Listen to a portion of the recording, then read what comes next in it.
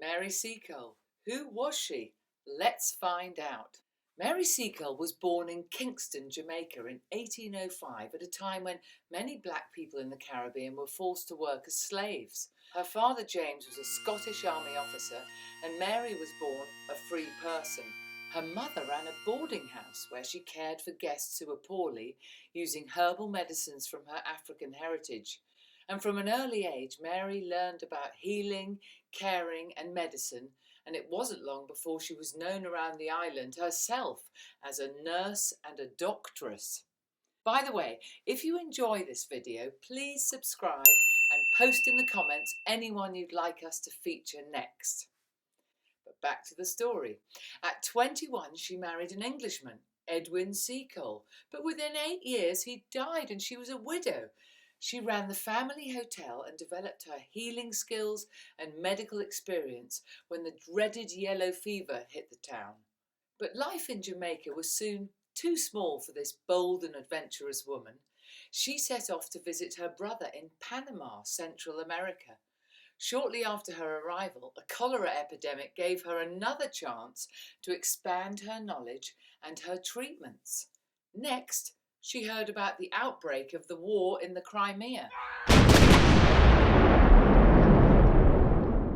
and set her sights on helping the British Army soldiers there. She was well qualified for this. After all, she'd had plenty of nursing experience. She was tough and resilient and patriotic too, but she never submitted the written application.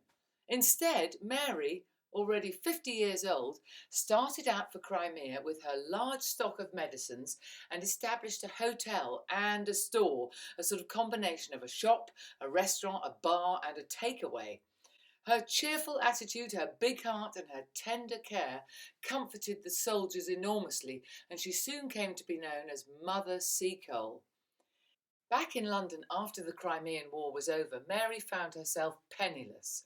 2 Crimean battle commanders, Lord Rokeby and Lord Paget, organised a fundraiser for Mary, never forgetting her steadfast and caring support for wounded men in their hour of need, and 40,000 people came along.